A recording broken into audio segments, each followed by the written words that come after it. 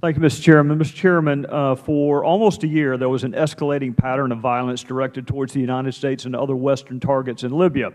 Attacks on the consulate in Benghazi, attacks and assassination attempts on the British ambassador, attacks on the International Red Cross, attacks on courthouses, judges assassinated, culminating on September the 11th, and the murder of 4 Americans, including our ambassador to Libya. Before those 4 murders, Mr. Chairman, just a few weeks before that, our embassy in Libya said this to the Department of State: the security condition in Libya remains unpredictable, volatile, and violent.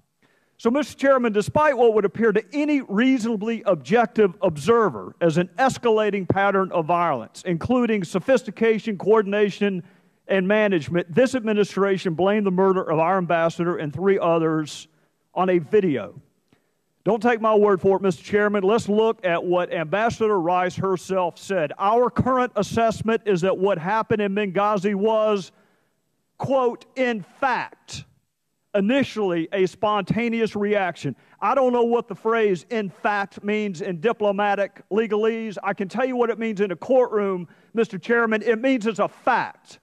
And she went on national television and she said, not as this ambassador has said, that I'm not going to speculate, that I've got to get all the information. She said, in fact, this was a spontaneous reaction to what had just transpired hours before in Cairo, almost a copycat of the demonstrations against our facility in Cairo, which were prompted, of course, Mr. Chairman, by a video, is what she said. And then she proceeds to say the attack was spontaneous. I can think of few things, Mr. Chairman, more antithetical to spontaneity than a 12-month-long prologue of violence in Libya. And then she said she relied solely and squarely on the information the intelligence community provided. Mr. Chairman, I would like to have another hearing where we can ask Ambassador Rice under oath, who told you what when?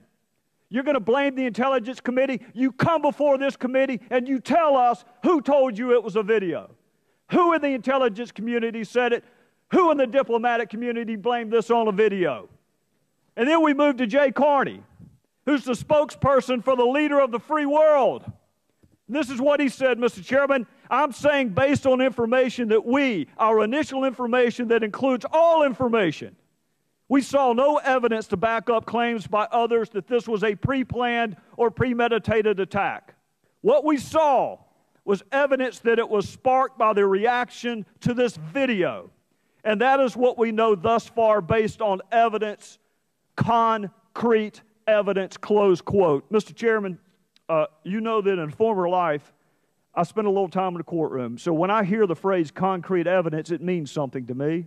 That's even stronger language than simply saying something is in fact. So 2 representatives of this administration gave demonstrably false statements, not just to us, but to our fellow citizens on national television. Now, is the explanation for those demonstrably false statements, as my colleague from Florida just asked, was it negligence? Was it just a reckless disregard for the truth? Or was it more nefarious than that? Mr. Chairman, the American people are reasonable. People understand investigations take time. People don't expect you to speculate until you have all the facts. What they will not forgive, Mr. Chairman, is being misled.